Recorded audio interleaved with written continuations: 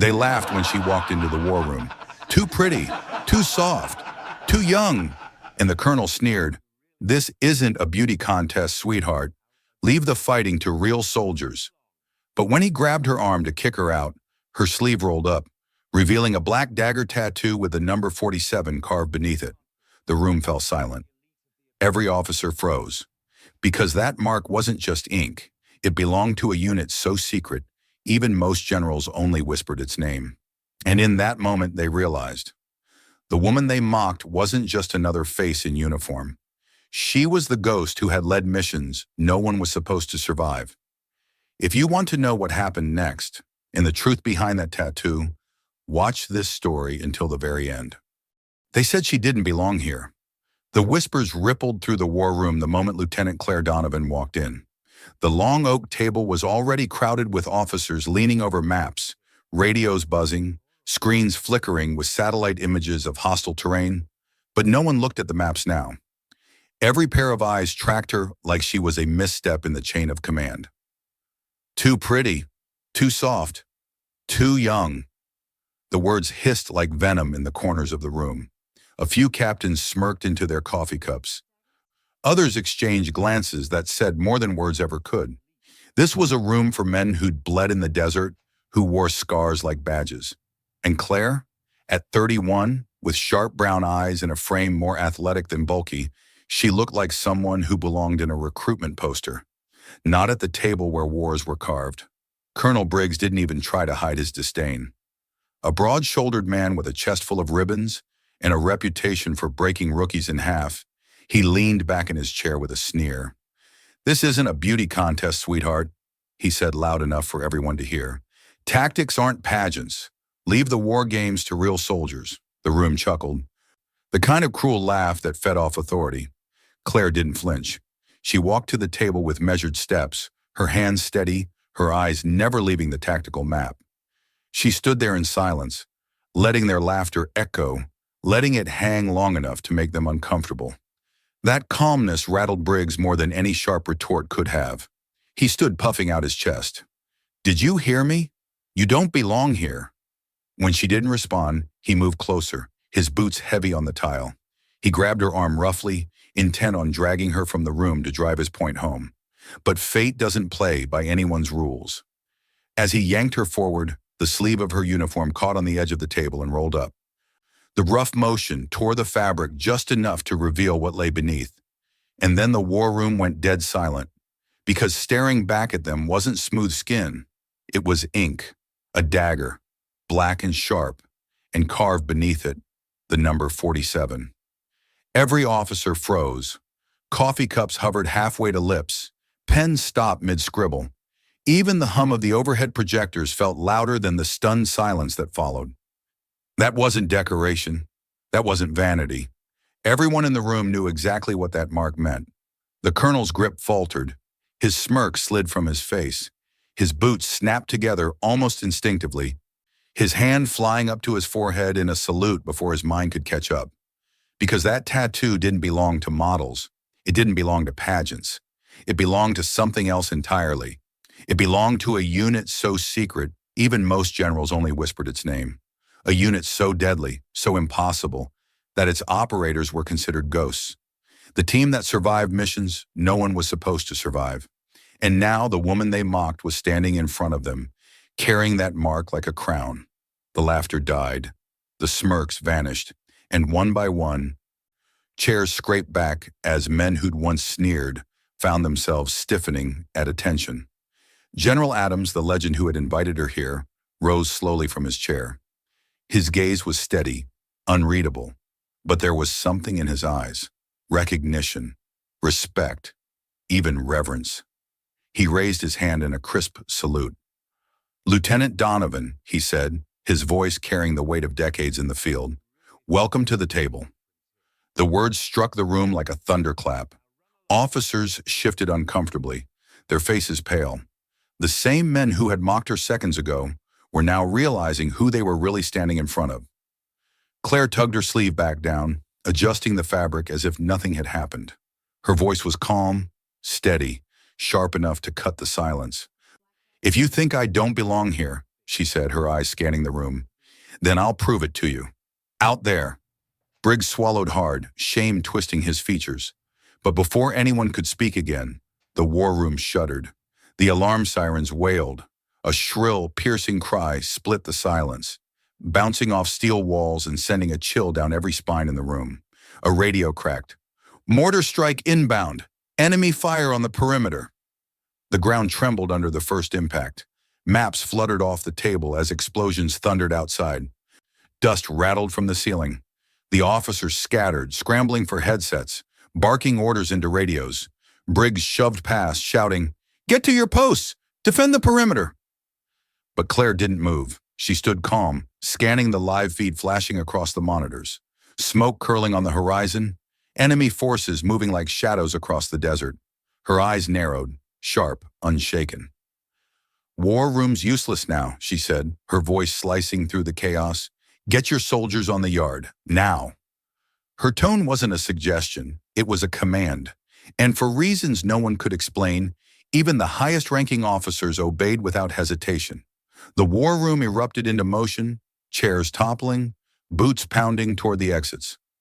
Briggs stormed out, his voice breaking as he tried to reassert control. But the recruits weren't listening to him anymore. Their eyes were already on her, and as the next mortar whistled down, slamming into the dirt just outside, one thing became clear. This battle wasn't going to be led by the colonel who mocked her. It was going to be led by the woman with the dagger carved into her skin. The desert base erupted in chaos.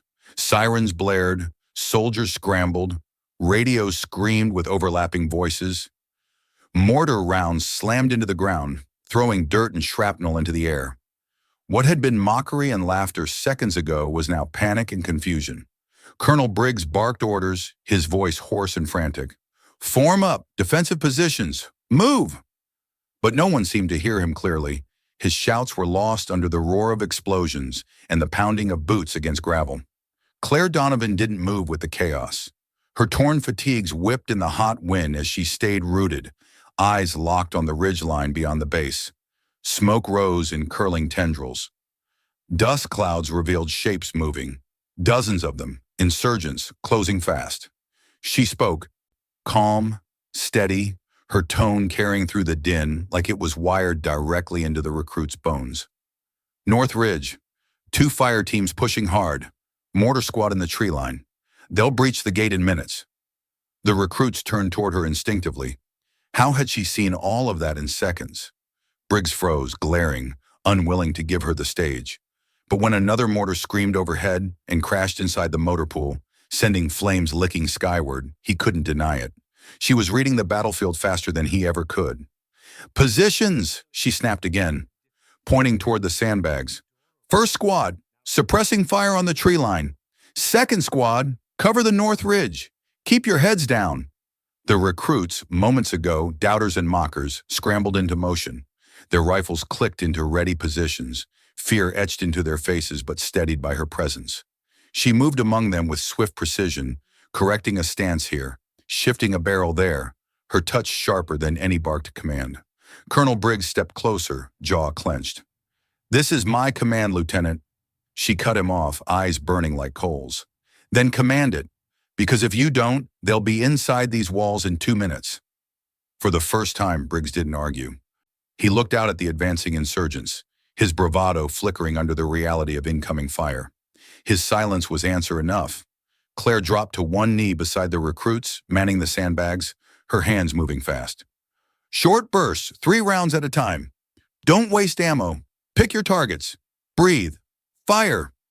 The first line of rifles cracked. Bullets tore across the open sand, cutting into the tree line. Shouts echoed from the insurgents as they stumbled into cover, their mortar fire faltering. The recruits flinched at the return fire, bullets pinging off metal and dirt. One private ducked too low, trembling. Claire gripped his shoulder firmly, her voice steel. "Eyes up, breathe, you're not alone. We fight together." Something in her tone snapped him out of his fear. He rose, steadier this time, rifle braced. Explosions thundered again, closer now. Dust rained from the guard tower as it shuddered under impact. The base was shaking apart. Yet through it all, Claire's calm became the anchor. Shift fire! Left flank moving! She shouted, pointing toward the ridge where shadows flitted between rocks. The recruits pivoted as one, firing in unison. The ground there erupted in dust, bodies dropping. Colonel Briggs watched, his disbelief growing. She wasn't just giving orders. She was orchestrating survival.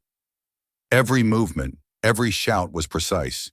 She wasn't panicked. She was in control. Another explosion rocked the compound, this one closer to the command tent. Flames licked at the canvas, radios sparking and dying. A young corporal stumbled out, coughing, his face streaked with soot. "Command post is hit! We're blind!" The words slammed into Briggs like a hammer. No radios, no command, no reinforcements. But Claire didn't blink. She swung her rifle into place, firing 3 clean shots that dropped an insurgent creeping toward the wire. Then she shouted, her voice carrying like a thunderclap. "Then we hold without them!" The recruits rallied. Their fire grew sharper, more disciplined. What had been scattered panic began to look like a defense. The insurgents faltered under the hail of bullets, their momentum slowing. But then came the sound that froze everyone, a heavy rumble rolling across the desert floor. Armored trucks, technicals, mounted with machine guns, barreling toward the gate. Dust clouds billowed in their wake. Briggs's face drained of color. "We don't have the firepower for that." Claire's gaze narrowed. "Yes, we do. On me." She sprinted across the yard, weaving through fire with the grace of someone who'd done it 100 times. Recruits stared, stunned, before following.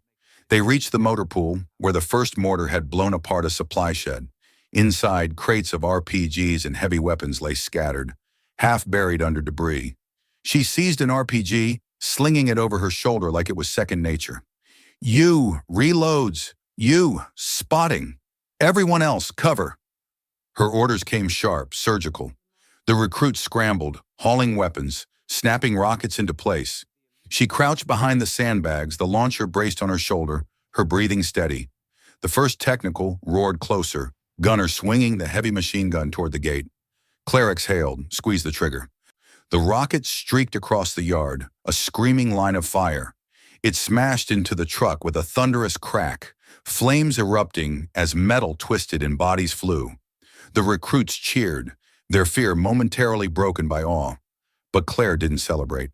She was already reloading, her eyes locked on the second truck. "Again," she ordered. The second rocket slammed home, fire consuming another vehicle. The insurgents stumbled, their charge broken. Colonel Briggs stumbled to her side, still in shock. How did you—" She didn't look at him. "You train for drills, I train for survival." That's the difference. The recruits' rifles thundered again, their confidence surging as they held the line. The enemy fell back, retreating toward the ridge. For the first time, it looked like the base might hold. But then a voice crackled faintly over a half-dead radio, distorted and broken. "They're flanking. South wall. Repeat, south wall, breached."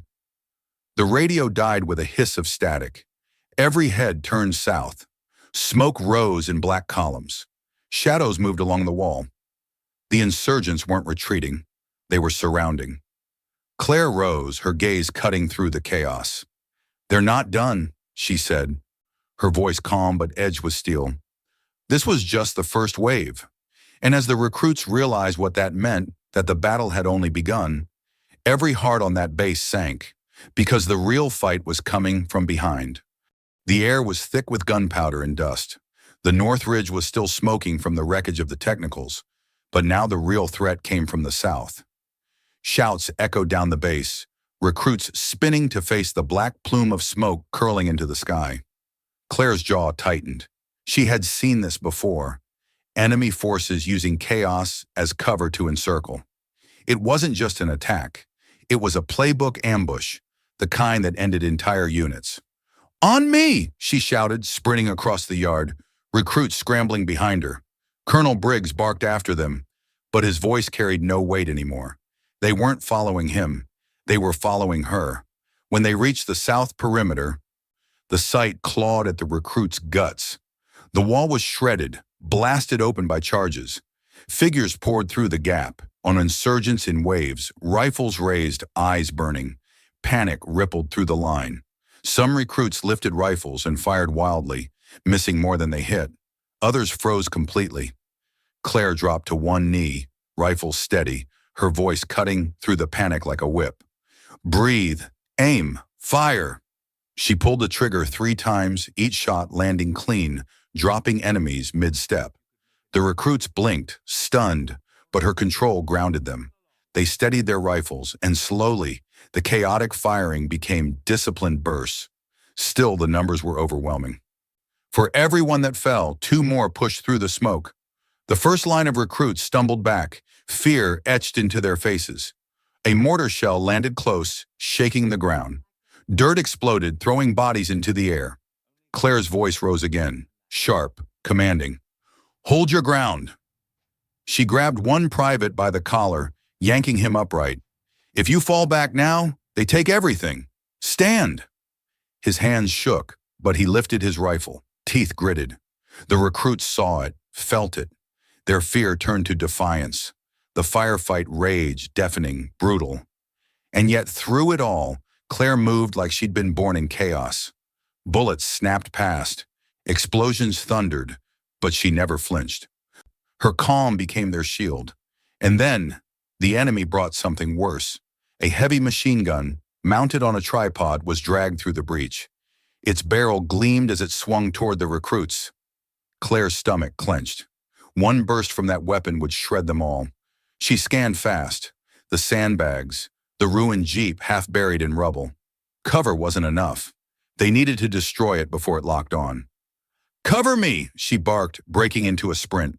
The recruits gasped. She was running straight at the breach. Bullets ripped the dirt around her, sparks flying from ricochets. She dived behind the smoking jeep, heart pounding, ears ringing. The machine gun whirred, chewing through sandbags where the recruits crouched. Screams pierced the air. She pulled a grenade from her vest, yanked the pin with her teeth, and lobbed it. The arc was perfect, clean, sharp. The blast rocked the breach, throwing the gunner and 2 more men into the air. Flames curled upward, smoke swallowing the wreckage. The recruits cheered, their fear breaking into adrenaline. But Claire didn't smile. Her chest rose and fell, her hands tight on her rifle. She knew this was only the beginning. And then, through the smoke, came a shadow larger than the rest. A figure with a radio strapped to his chest, barking commands, his rifle steady, his posture unmistakably military. Her stomach dropped. She recognized that posture. This wasn't just insurgents. Someone trained was leading them. Her voice sharpened. Officer on the field, stay sharp. The recruits stiffened, scanning the chaos. But Claire already knew. Whoever that man was, he wasn't just leading. He was orchestrating, and she'd seen enough battlefields to know. Cut the head, or the body keeps fighting.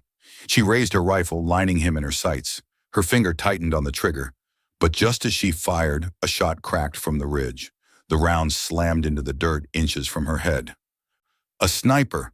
The recruits panicked, ducking low. Sniper! Sniper! Claire's teeth clenched. One mistake and half the yard would be shredded before they even found cover.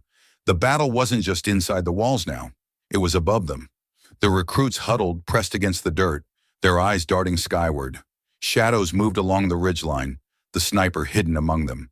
Claire crouched low, her breath steady despite the storm. Eyes forward, keep firing at the breach, don't stop. Ma'am, the sniper, one recruit stammered. I'll handle it, she snapped, her tone leaving no room for doubt. She slung her rifle over her shoulder and grabbed the long case resting near the command post ruins. The recruits stared, realizing it wasn't just another rifle. It was a sniper's weapon, long and black, gleaming under the dim light. She dropped flat against the dirt, unfolding the bipod with practiced speed. The world seemed to narrow to the scope, the ridgeline filling her vision. Her breath slowed. In, out. The chaos dulled. Explosions became muffled. Her heartbeats became the metronome. She scanned the ridge, rocks, smoke, shifting shadows. Then, there, a glint of glass, the faint outline of a man prone behind stone. Her finger tightened. One shot. The round cut through the air. Silent death. The shadow collapsed. his rifle clattering against the rocks. The recruits roared in awe, their fear breaking like glass. For the first time, they saw her not as a woman or a teacher, but as something far sharper. Colonel Briggs stumbled forward, eyes wide. That shot, it was impossible. She didn't answer. She was already shifting her scope, scanning for more threats. Her calm, her precision, it wasn't just skill, it was something else, something they couldn't name. And then as she lowered the rifle, the recruits saw it, the torn edge of her fatigues sliding off her shoulder. The dagger inked into her skin, the number beneath it. Gasps rippled through them. The laughter, the jeers, all of it vanished under the weight of silence. Colonel Briggs's face drained of color, his voice cracked. That tattoo. The recruits stared, realization dawning like a storm. They had mocked her, doubted her, but now they were looking at a legend. And before anyone could speak, the enemy roared louder than before. Another wave surged through the breach, heavier, faster, angrier. Claire rose from the dirt, her rifle steady. Her eyes burned with fire. "This isn't over," she said. And the recruits realized the worst was still coming. The yard shook with the thunder of boots as the next wave surged through the breach. Dust rose like smoke, mixing with the shouts of men charging, weapons raised. The recruits, already battered and shaking, lifted their rifles again. But this time, they weren't scattering. They had her at the front, and she was unshaken. Claire stood tall in the middle of the chaos, rifle steady, eyes sharp. The number etched on her back still burned in their minds. They weren't just following a soldier now. They were following a legend. The first line of enemies slammed into the barricades, bullets snapping past. Claire fired in rhythm, every shot precise, every target dropping before they could fire back. But the wave didn't stop. They climbed over their dead, pressed harder, trying to overwhelm by sheer numbers. Colonel Briggs barked from the rear, but his voice cracked with desperation. The recruits weren't listening to him anymore. Their eyes stayed locked on her. And for the first time, Briggs himself felt smaller, like a student standing in front of his teacher. The south wall was breaking. Sandbags collapsed under the force, and the line bent. Claire dropped low, slamming a fresh mag into her rifle. Her voice carried over the din. "Hold your line," she barked. "If they push through here, we lose everything. Stand and fight." The recruits answered with a roar of fire, their rifles spitting back into the breach. For the first time since the attack began, their movements weren't scattered. They moved together, a wall of steel, and then the sound everyone dreaded, the whine of engines. From beyond the smoke, two technicals burst through, mounted with heavy guns that tore the ground apart with every burst. Dirt and bodies flew, the base trembling under the onslaught. The recruits faltered. Fear returned. "We can't stop that," one cried. But Claire's face didn't change. She dropped her rifle, sprinting toward the half-buried crate near the ruined jeep. She flipped it open. Inside, an AT-4 rocket launcher, dusty but intact. She hefted it onto her shoulder, her voice sharp. "Cover me!" The recruits opened fire, sending rounds into the breach, buying her precious seconds. She stepped out from cover, her silhouette framed against the smoking sky.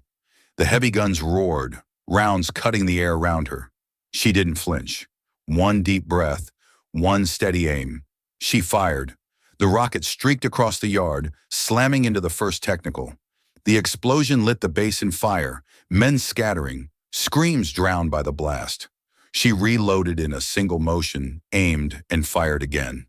The second technical erupted, flames curling skyward, smoke blotting out the sun. The recruits roared, their fear breaking into fury. But Claire didn't celebrate. Her jaw tightened, because through the flames, she saw him again. The officer, the man with the radio strapped to his chest, still shouting orders, still driving the attack forward. This wasn't over, not until he was down. The recruits pressed harder, emboldened by her fire. The breach filled with smoke and ash, but the enemy still poured in, desperate and wild. Claire's rifle barked with precise fury, every round finding its mark. Then a voice cut through the chaos, the unmistakable thunder of authority. "Enough!" Every head turned. General Adams, 3 stars on his chest, strode into the yard. His presence froze the recruits. Even Briggs straightened stiff. But Adams wasn't looking at them. His gaze was locked on her. "Lieutenant," he said, his voice carrying like steel across the battlefield. "Lead them." Gasps rippled through the recruits. They had whispered her name, guessed her past, but hearing it spoken aloud by the general himself, it was confirmation. It was truth. Claire didn't flinch. She gave a sharp nod, then turned back to the recruits. Her voice rose above the gunfire. "Push forward! Drive them out!" The recruits surged as one. Their fear burned away, their discipline forged under her command. They advanced in formation, rifles steady, every step echoing with new confidence. The enemy faltered. Their officer barked orders, waving them forward, but even he could see it. The tide had shifted. Claire pressed through the breach herself, leading the charge. Her rifle cracked again and again, her boots slamming against the dirt, her eyes locked on the man with the radio. He turned, his weapon raised, but it was too late. One shot. Clean. Final. The officer fell, and with him, the fight collapsed. The remaining insurgents dropped their weapons, fleeing into the smoke, their will to fight broken.